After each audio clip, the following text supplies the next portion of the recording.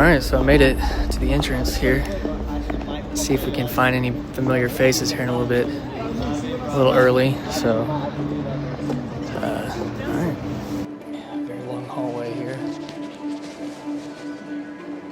Lots of arc signs.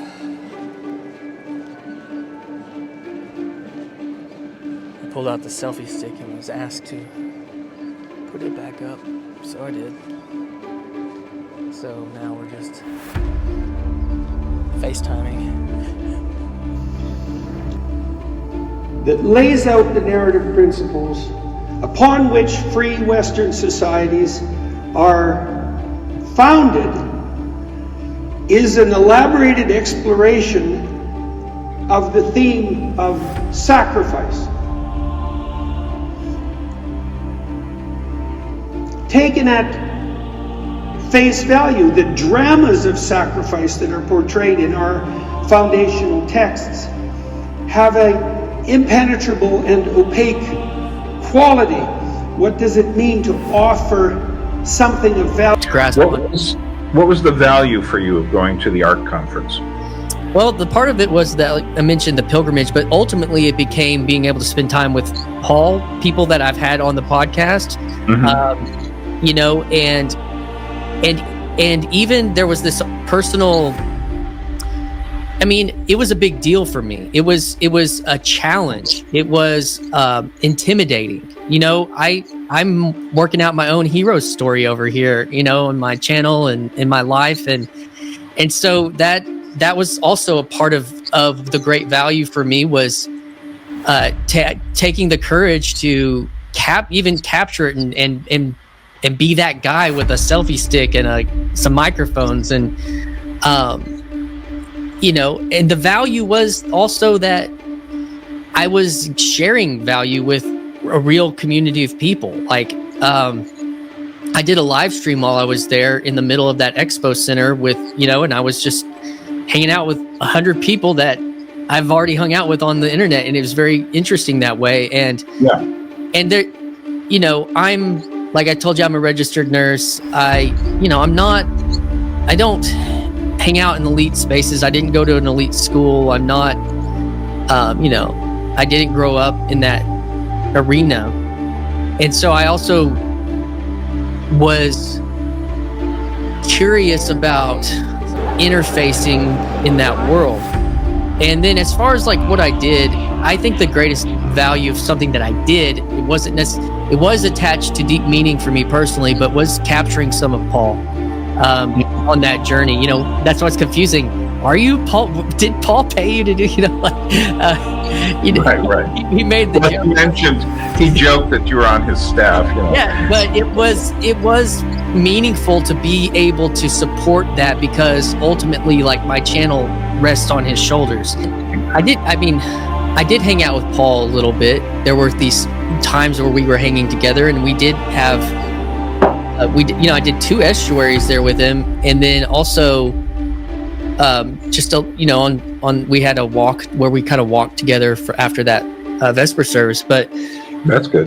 But the main thing though was it did kind of emerge that it was important to capture what Paul was doing, and that was actually important. And because he's not, he might give an update from his hotel room or a walkabout or something, but he doesn't have the symbolic world press creating these things around him in that way in Peterson's Daily Wire.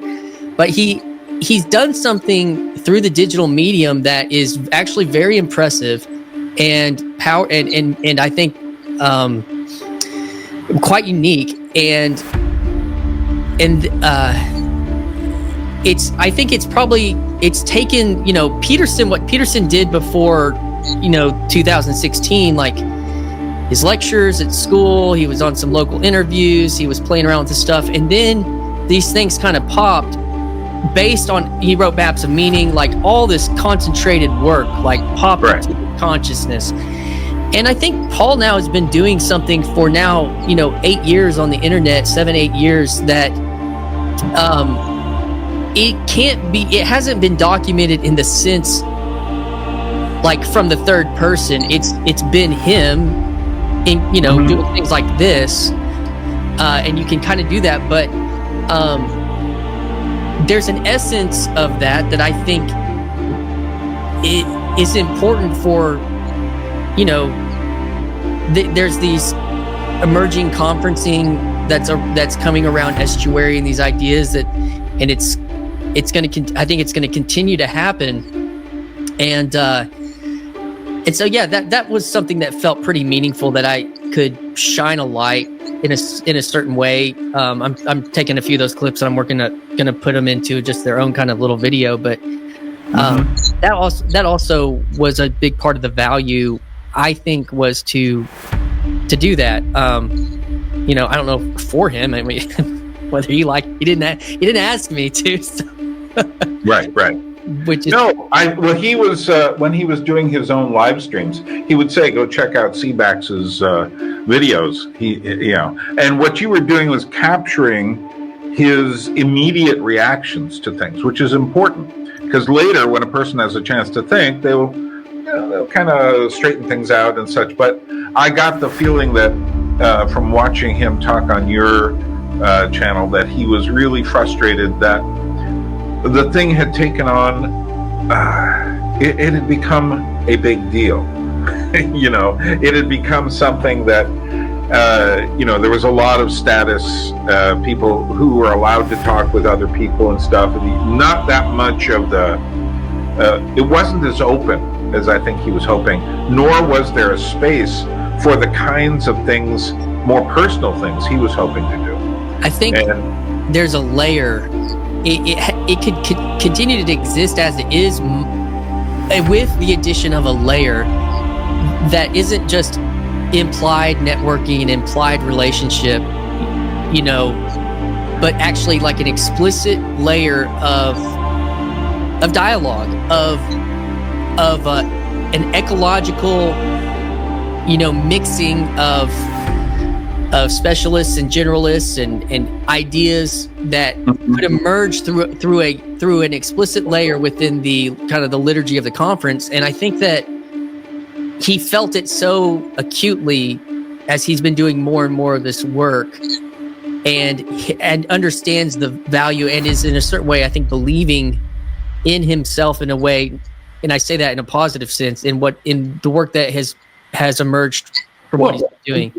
Paul Vanderklay, what are your initial thoughts, ARC Day 1?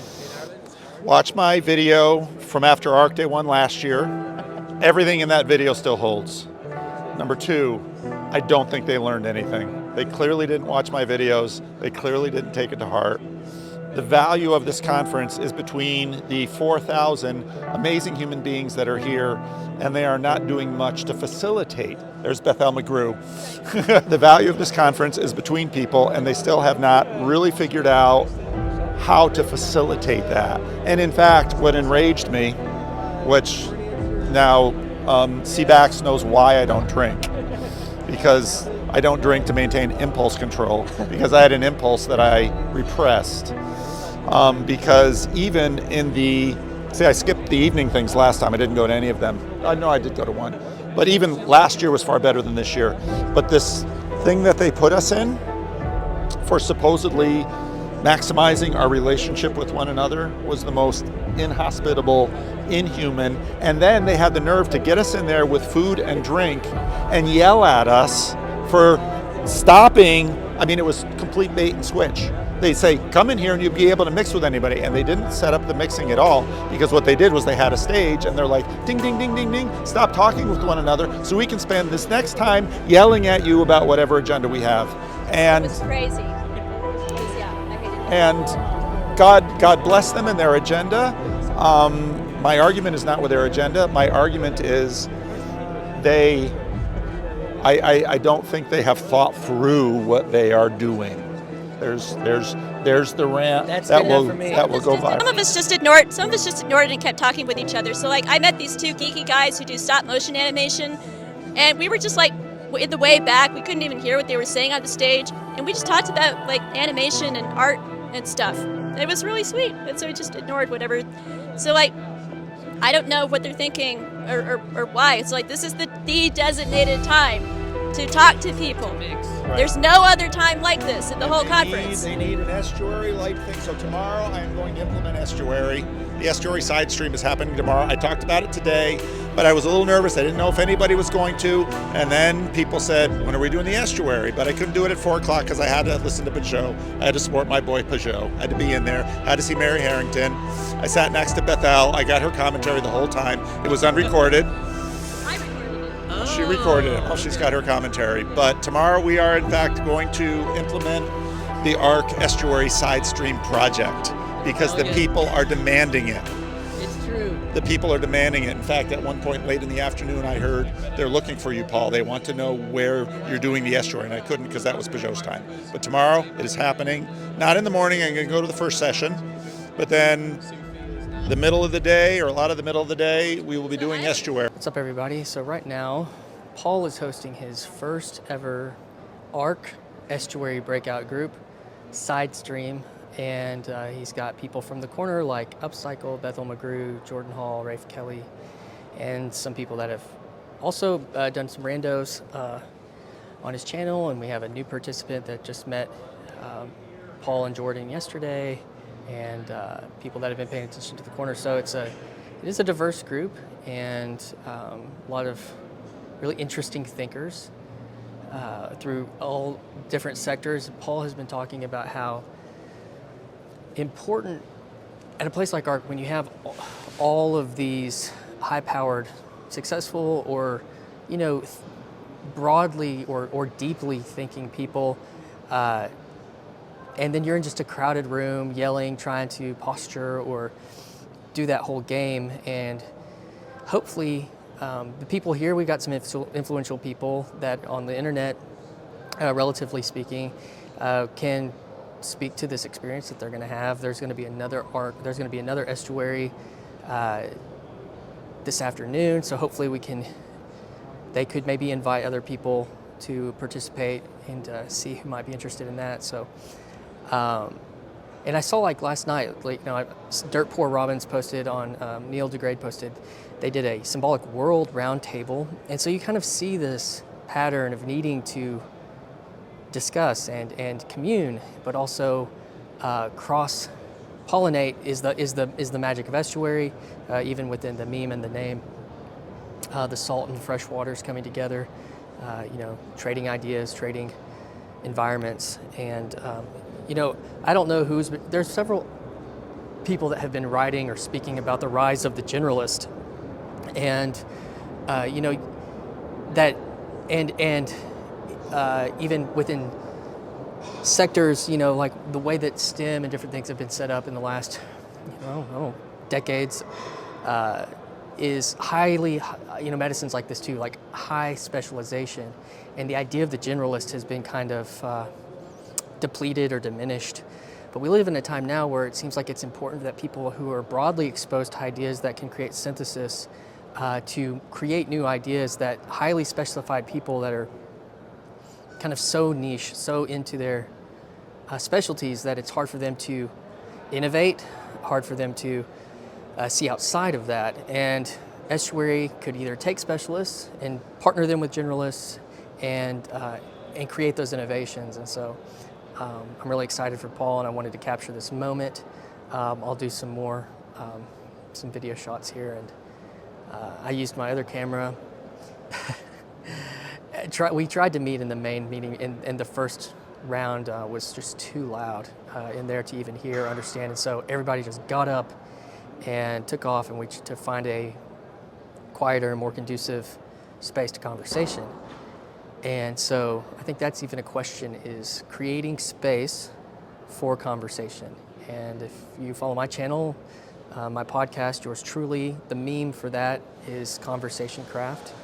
And estuary is conversation craft.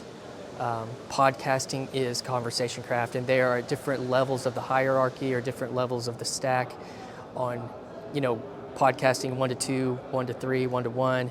Estuary can do 1 to 6, 1 to 10 maybe. And we're looking at the same kind of time frame, 1 to 2 hours, to get ideas out together. So I'm excited to share this tomorrow, and probably will break some of this into an individual highlight for Paul. The Estuary protocol is simple.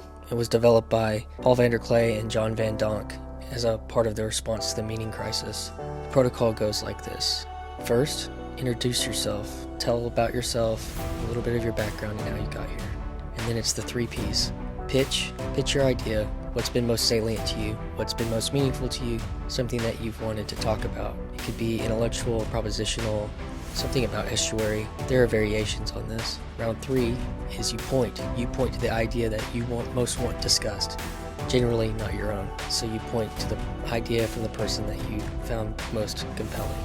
And then a vote is tallied, and the idea that had the most attention and salience begins the conversation, which is round 4. Play. Point, pitch, play. Now you get to play with the idea together. You get to try to synthesize, you get to try to innovate, you get to try to empathize, you get to try to understand. It's simple, yet powerful. Something maybe like elegant. And it's changing certain parts of the world. It's changed this corner of the internet. It's changed me, and I'm glad to be a part of it. Thanks, Paul. From my experience of doing it digitally online and YouTube StreamYard streams is, it goes, there's a theme that rises up organically from something like the collective subconscious of the group, from the spirit of the group, and beautiful things happen. Relationality happens. Sometimes vulnerability happens. Sometimes, exciting ideas are solidified or understood. Your own ideas are understood better. So. All right, I'm here with Father Matthew. He's been following along the corner for, I don't know, how many years have you been paying attention to corner stuff? Maybe a year and a half. Okay, year and a half, and he's here at ARC. You're an Orthodox minister in Manhattan. That's right. Or priest, sorry. My Protestantism showing. Close enough. And he just participated in Paul Vanderklay's first ARC Estuary, and I wanted to just kind of get his initial reaction and response to doing Estuary for the first time with Paul. Yeah, the format and the rules are really good. I think Paul's done a good job figuring out some basic kind of boundaries to the discussion that really help people open up. This particular Estuary was like getting thrown in the deep end. It was a lot more vulnerable and open, intimate than I would have thought. So that was really wonderful. That was really wonderful. And the great thing is, after that, it seemed to me really opened up like opportunities for like real friendships and connections beyond it and outside of it. And there's definitely like a depth that I think is achieved with that Estuary structure that gets you to a more deep place faster than just sitting down and having a conversation, right? I love that. And I was excited to participate in it for the first time because the potential of thinking through how might this type of model be helpful in my own ministry, providing sort of like church adjacent space for people to sort of make their way more into the center. I think it's a good format for creating on-ramps for people into the faith who are sort of, in liminal spaces and struggling and working through things, and they can sort of put their toe in a little bit. Yeah. So thank you for that. I don't know if I have any other questions off the top of my head. Was there? I mean, you already gave your initial responses. Let's see. I wasn't prepared for this. So That's all right. I was just gonna see if there was another kind of point to bring out something. You talked about using it yourself, Paul. Yeah. Well, okay. Let's just do the ARC question. What are your thoughts on ARC so far?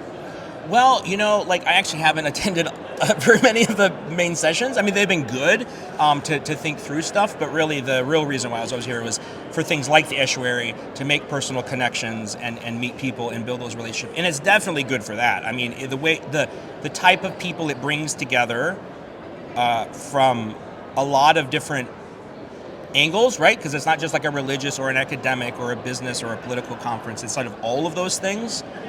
That's really great. And so the type of people we're bringing together has been really good. But I think that,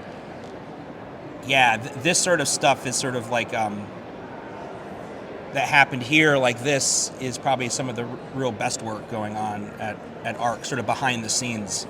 I think so, yeah. Well, this has been good. I'm excited. Matthew, or Father Matthew, it was great to meet you, man. Yeah, me too. All right, thanks.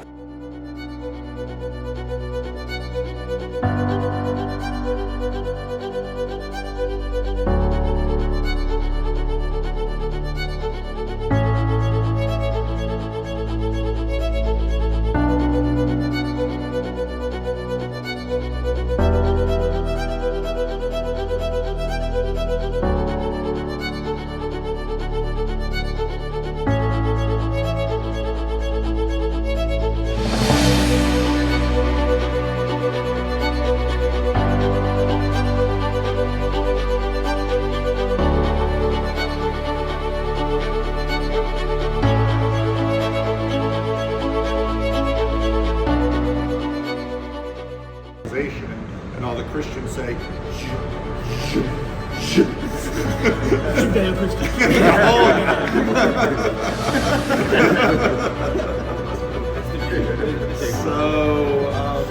I think we're starting to put something together there. So in terms of No, so Paul, that'll all be edited out. So, all right, Paul, we just finished your second story. Yeah, your coming out story. We just finished your second Estuary meeting at ARC. You didn't do Estuary last time you were here. Correct. But what really prompted you to decide to just did you think about it that you were going to do it before you got here or after you got here? Before. Okay, so This was a plan that I had because I was last time at ARC we had the plenary sessions and then we had kind of conversations, like stand-up conversations where you sort of meet people and you get to know them a little bit. But again, as I talked about in the video, the live stream that I made, your eyes are always looking out for a bigger name and you really that's really hard. And then once I started skipping plenaries last time, then I was having some deeper conversations in the back, but you still had, it was still difficult because it was difficult to focus. And so I thought, if I come back to ARC, I want to do some Estuary sessions. So because there's such amazing people at ARC. The beauty of this place has been who it grabs in. That's been the really cool thing. But my frustration was they grabbed so many cool people and I can't talk to them. Yeah. I can't talk to them the way I want to talk to them. So I know, we literally just finished the second one, but do you have, how do you feel about the Estuary sessions that you did? I laughed, I cried, it changed my life. No. Part of that, and whenever you do something, it never quite meets expectations. So I'm used to, at Living Stones, we have every week Estuary, and I did that Estuary retreat in October. And what you see is that when you, just like a church retreat or something like that, the intensity builds as you continue because you get to know people and you establish trust and people go more personal. And of course you can't quite do this, but at the same time, I am more satisfied than last time because Andy is here. Andy was not here last time. And it isn't just because Andy is here, and it isn't just because I had a Randall's conversation with Andy that I really loved, but because Andy was at both Estuary sessions. And so my relationship with Andy just got to another level now. Yeah. And the same with Philip. And you were at both Estuary sessions, but your staff, I can't get close to you because that would be, inappropriate. So. The worship leader Paul didn't want. So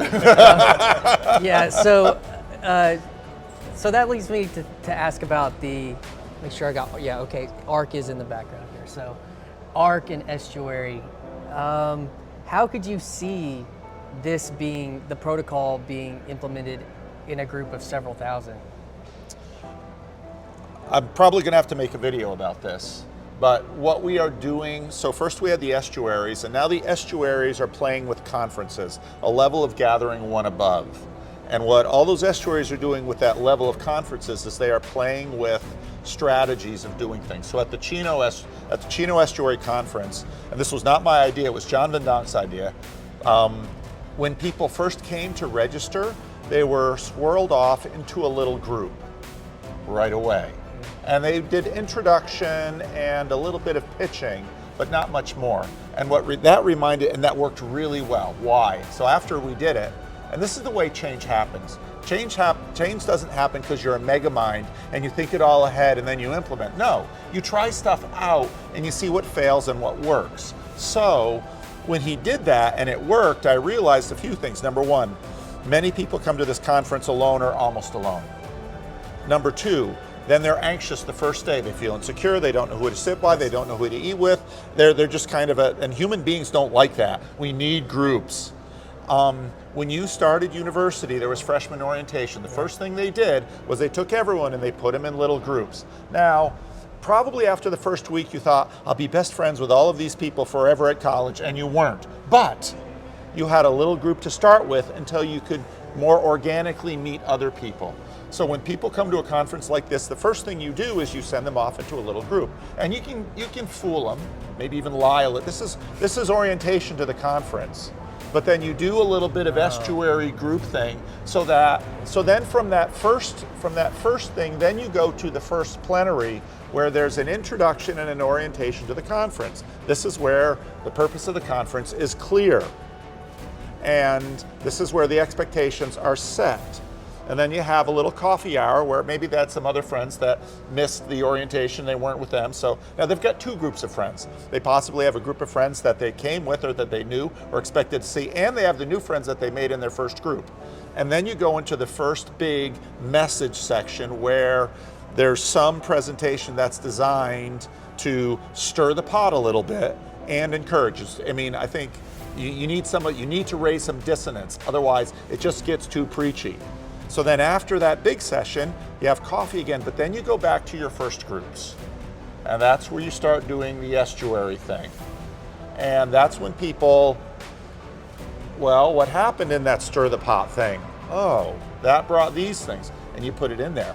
And with a group as highly capable as the people they are attracting here, boy, are those groups going to be something. I mean, look at this guy, look at this guy, look at this guy, look at that guy, look at this guy. I mean, this is the kind of groups, these are really high potent groups, and you're going to get, and so then you run permutations of this as it goes, and then you can play with like breakout groups of different size, but you keep going back on a regular basis to that initial group. And what that means is, guess what? Almost everybody in that group, or some of those people in that group, they came connected with other groups, and when you start hitting an idea, they'll say, oh, I want you to meet this person over here because they're really on that. And so what you begin to do at the conference is you weave together a fabric. Because what happens at the end of a conference? So I've got my notes, I've got my little brochures, they're giving us books, I got my swag, I got all that stuff. But going back to regular life is like driving your car in a river. You have all these ideas, how we're gonna do it, and I'm gonna change this, and you hit in that river, it's like whoosh, and off you go. In the conference, maybe one or two things remains. But the conference hasn't done anything. So what you've done is now suddenly something has happened in you. You've got a network around you of strangers, and maybe 2 or 3 of those people will remain, and you might even have a connection to a bigger name. And with the kind of people they're pulling through with these conferences, you could do a lot. Yeah. And so I left a lot of this feedback after conference number 1. Sounds like you left feedback about badges. They gave us chance for feedback. I used it. I used my YouTube platform. I made videos about ARC. I'm very blunt. Some people say, hey, don't shit where you eat or bite the hand that feeds you. But it's like, you know, what do I got to lose, huh? What I got to lose? So, and I think what they have to lose is a lot more, because there's a level of frustration around here. If it's not done well, that will mean next year, well, they might jigger the rules so they can have 10,000 instead of 4,000, but that's not you want to grow a movement where there's more demand than supply, because that then gets other things going. So that is what I would say. Jordan, Philippa, Paul, Marshall, there it is. I'm giving it to you. There it is. Don't even need to give me a ticket next year if you don't want to. I don't care. Just do it great. Bless the world, right? That's what I hear. Paul, thank you. It doesn't sound like you've really put much thought into that, but I appreciate you taking the time to try to answer that question anyways. So. Only for you, see, Bax, only for you. All right, well, moving on.